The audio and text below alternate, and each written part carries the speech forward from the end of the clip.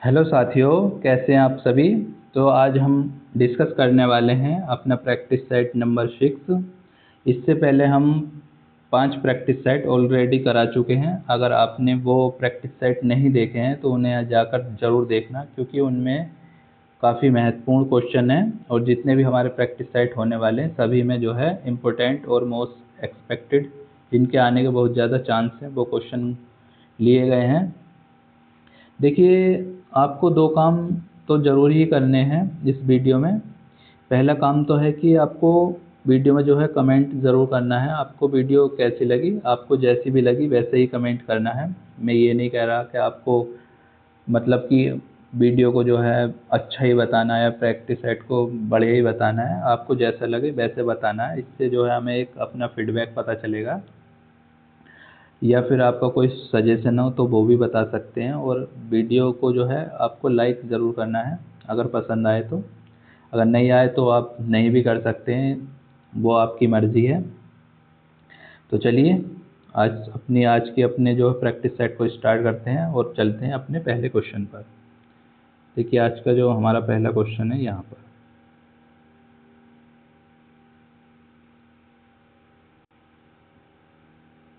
तो ये जो क्वेश्चन है हमारा वो है इस प्रकार कि ओडोमीटर एक ऐसा उपकरण है जिसका उपयोग गाड़ियों में खालिस्तान मापने के लिए किया जाता है। तो देखिए, ओडोमीटर जो होता है इसका जो उपयोग किया जाता है वो गाड़ियों में दूरी मापने के लिए किया जाता है। यानी कि गाड़ी कितनी दूर तक चली, कितने किलोमीटर चली, तो ये जो हम नापते हैं वो ओडोमीटर से नापते हैं, जो कि हमारा बाइक में भी होता है, मोटरसाइकिल में, जो जितनी भी गाड़ियाँ होती हैं उन सभी में लगा हुआ होता है। तो इस तरह से उसे बोलते हैं ओडोमीटर। तो इससे क्या करते हैं, हम गाड़ियों में जो दूरी होती है उसे मापते हैं। और इसके बाद जो हमारा नेक्स्ट क्वेश्चन है वो है आपका, जहाज़ों की गति में वृद्धि खालिस्तान पर आधारित है। यानी कि जो जहाज़ों की गति में वृद्धि होती है वो किस नियम पर आधारित है या किस सिद्धांत पर आधारित है, ये हमें बताना है। तो देखिए, इसमें हमारे ऑप्शन है, ऑप्शन ए है यहाँ पर आर्किमिडीज का सिद्धांत, और ऑप्शन जो है बी है फैराडे का नियम, और ऑप्शन सी है फ्लेमिंग राइट हैंड रूल, यानी कि फ्लेमिंग के राइट जो दाएं हाथ का नियम, या फिर न्यूटन के गति का दूसरा नियम। तो देखिए, जो जहाज़ों की गति में वृद्धि होती है ये जो काम करती है आपका, ये करती है यहाँ पर आर्किमिडीज के सिद्धांत पर। यानी कि आर्किमिडीज का जो सिद्धांत है वो हमें बताता है कि जहाज़ों की गति में वृद्धि किस तरह से होती है। तो ये आपको क्लियर हो गया होगा। इसके बाद बढ़ते हैं हम नेक्स्ट क्वेश्चन पर। तो इसके बाद हमारा नेक्स्ट क्वेश्चन है, किसी वस्तु को एक अवतल दर्पण के सामने उसके ध्रुव P और फोकस F के बीच स्थित किसी बिंदु पर रखा गया है, तो इसके द्वारा जो निर्मित प्रतिबिंब होगा वो किस तरह का होगा, ये हमें बताना है।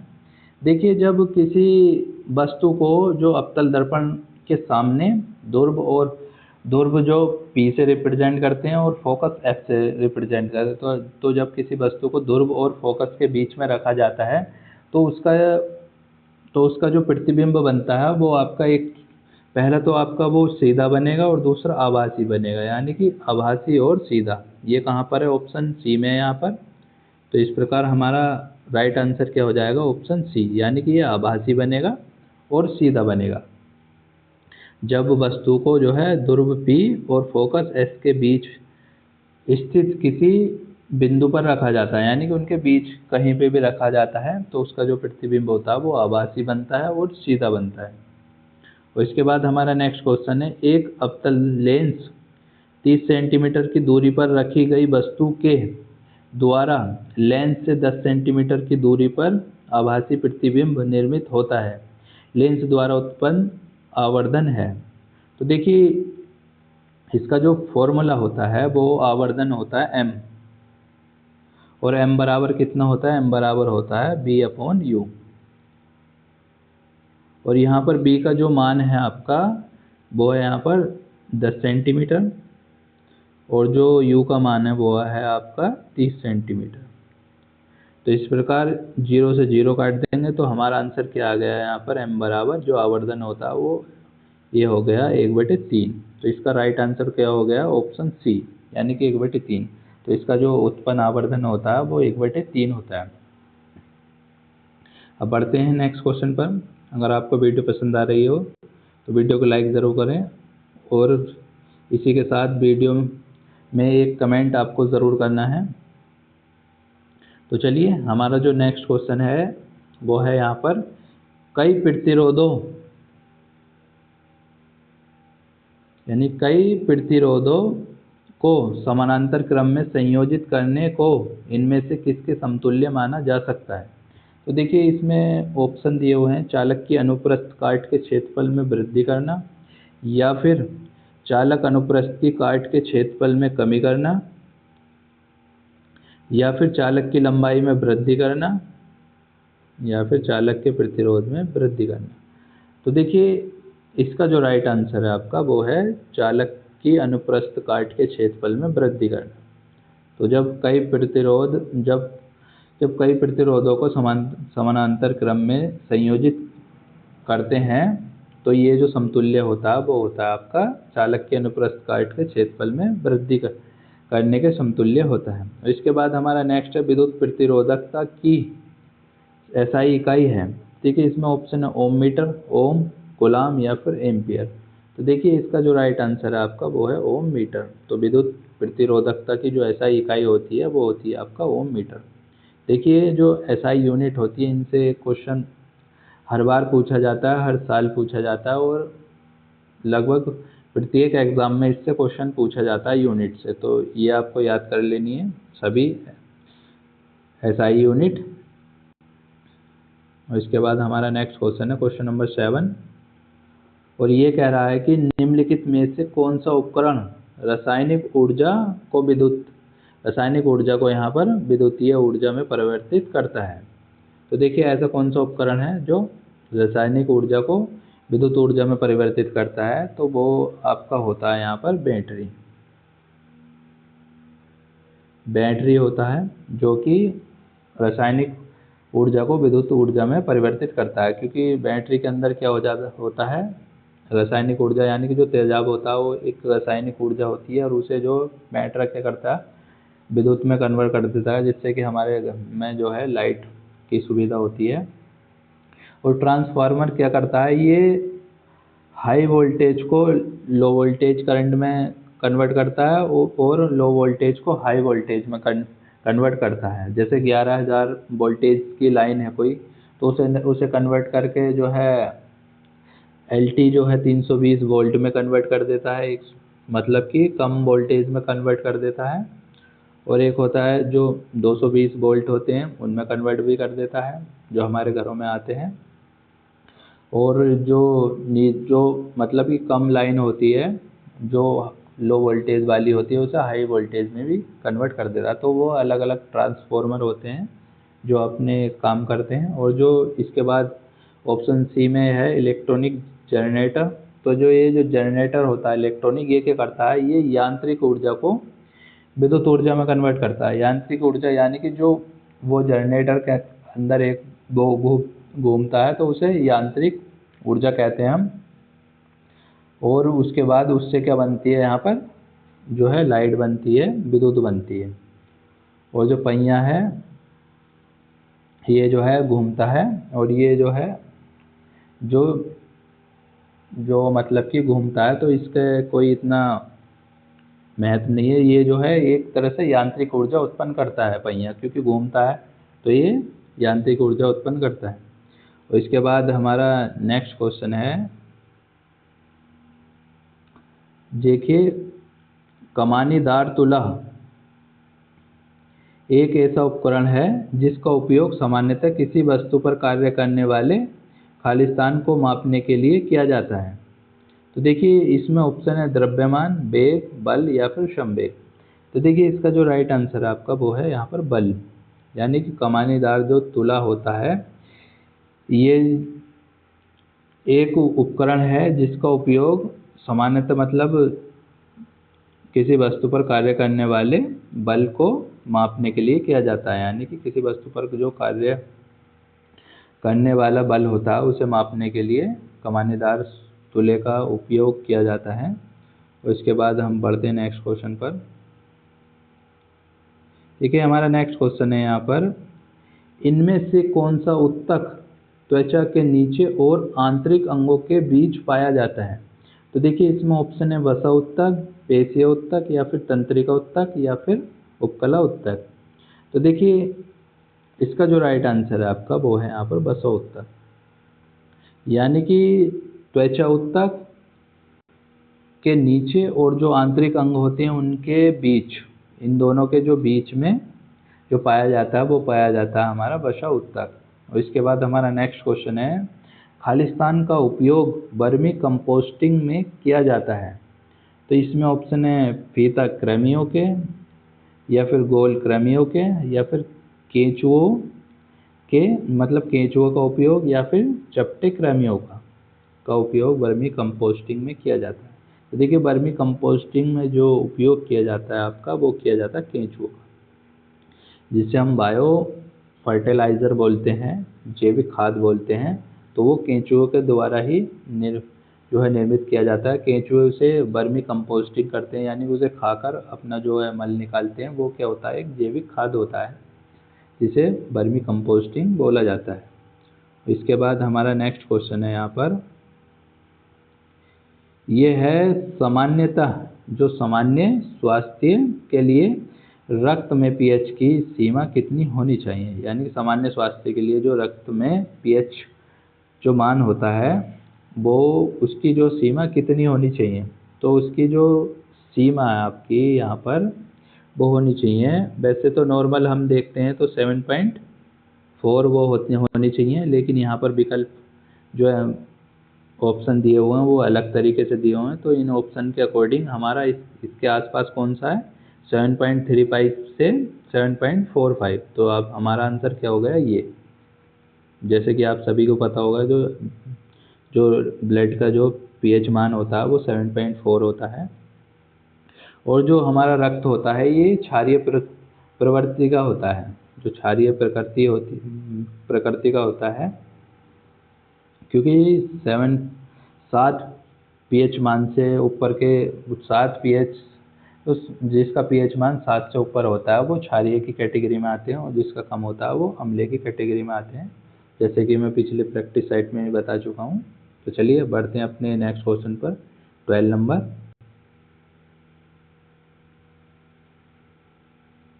देखिए हमारा 12 नंबर क्या कह रहा है।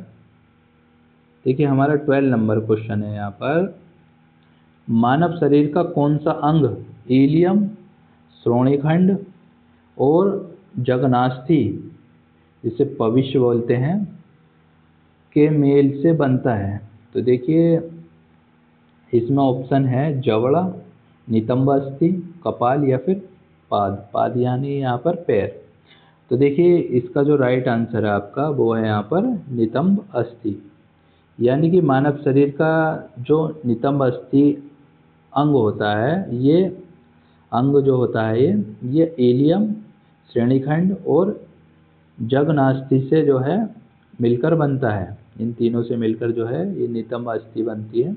उसके बाद हमारा नेक्स्ट क्वेश्चन है, बेरी बेरी एक रोग है जो खालिस्तान की कमी के कारण होता है? तो देखिए बेरी बेरी रोग जो होता है आपका वो होता है यहाँ पर विटामिन बी की कमी से।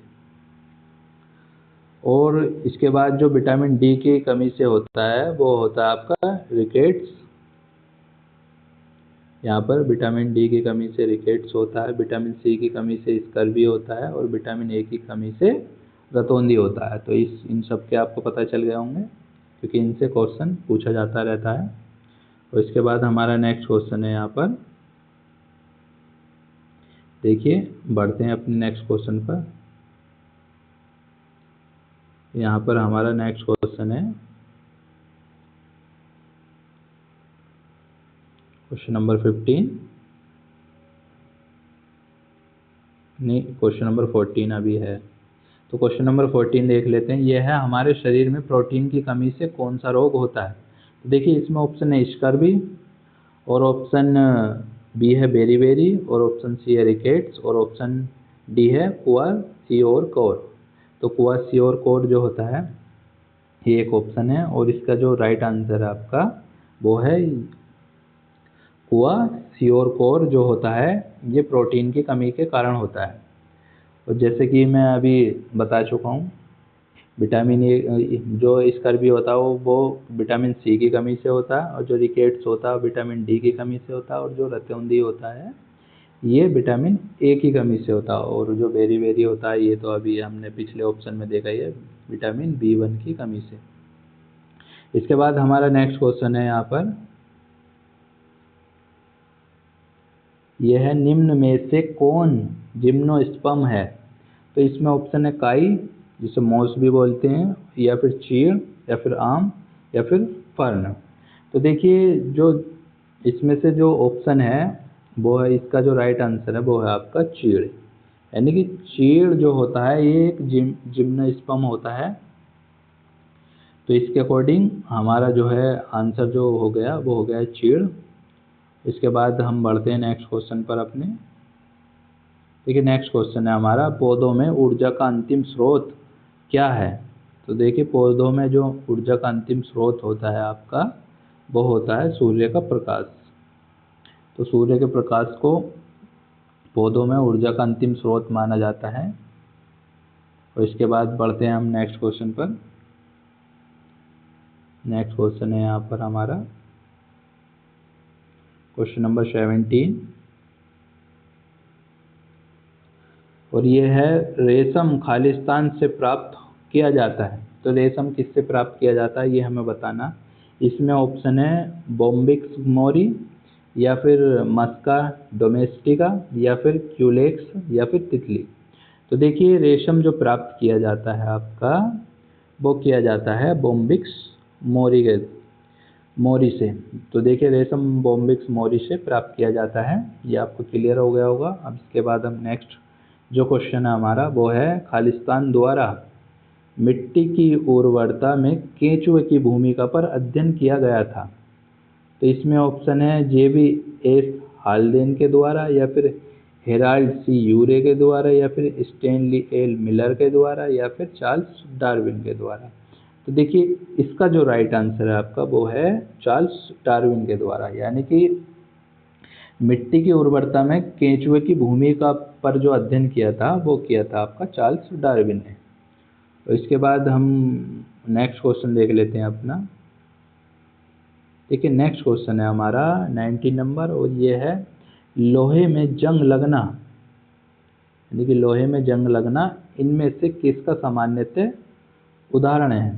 तो इसमें ऑप्शन है भौतिक परिवर्तन, ऊष्मक्षेपी परिवर्तन, ऊष्मग्राही परिवर्तन, या फिर रासायनिक परिवर्तन। देखिए आपको याद होगा अगर आपने पिछला प्रैक्टिस सेट देखा हो हमारा, तो उसमें मैं बता चुका हूँ कि वो लोहे पर जंग लगना कौन सा परिवर्तन होता है। तो ये होता है आपका भौतिक परिवर्तन। तो देखिए लोहे पर जो जंग लगना जो होता है आपका वो एक तरह का यहाँ पर रासायनिक परिवर्तन होता है। ये ऑप्शन गलत हो गया, ये गलत हो गया, ये गलत हो गया, और ये हो गया आपका रासायनिक परिवर्तन। तो इसमें हो गया ये रासायनिक परिवर्तन। और इसके बाद हम देख लेते हैं नेक्स्ट क्वेश्चन।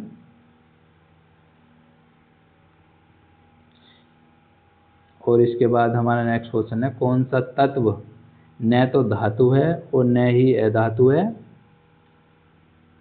तो इसमें जो ऑप्शन है वो P है, यानी कि फास्फोरस, या फिर जर्मेनियम है, मैग्नीशियम है, और Al एल्युमिनियम, Mg मैग्नीशियम। तो देखिए यहाँ पर जो ऐसा जो धातु है आपका वो है जर्मेनियम, यानी Ge जो होता है ये न तो धातु होता है और न ही अधातु होता है। तो देखिए यहाँ पर P जो है ये फास्फोरस ये अधातु होता है एक, और यहाँ पर Mg जो है ये धातु होता है, और एल्युमिनियम ये भी धातु होता है। और इसके बाद हमारा नेक्स्ट क्वेश्चन है यहाँ पर, खालिस्तान विद्युतीय तटस्थ और कमजोर सूक्ष्माणु पर परस्पर प्रभाव है। तो इसका जो ऑप्शन है यहाँ पर न्यूट्रिनो है, और पॉजिट्रॉन है, इलेक्ट्रॉन है, और प्रोटॉन है। तो देखिए इसका जो राइट आंसर है आपका वो है जो न्यूट्रिन होते हैं, जो न्यूट्रॉन्स होते हैं, इस तरह से न्यूट्रिन नो क्या करते हैं, ये विद्युतीय तटस्थ और कमजोर सूक्ष्माणु पर परस्पर प्रभाव है। तो इसका आंसर हो गया न्यूट्रिनो।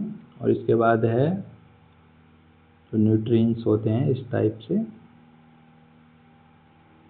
इसके बाद हमारा नेक्स्ट क्वेश्चन है 22 और ये है किसी तत्व के परमाणु में उपस्थित इलेक्ट्रॉनों की संख्या इसके खालिस्तान के बराबर होती है।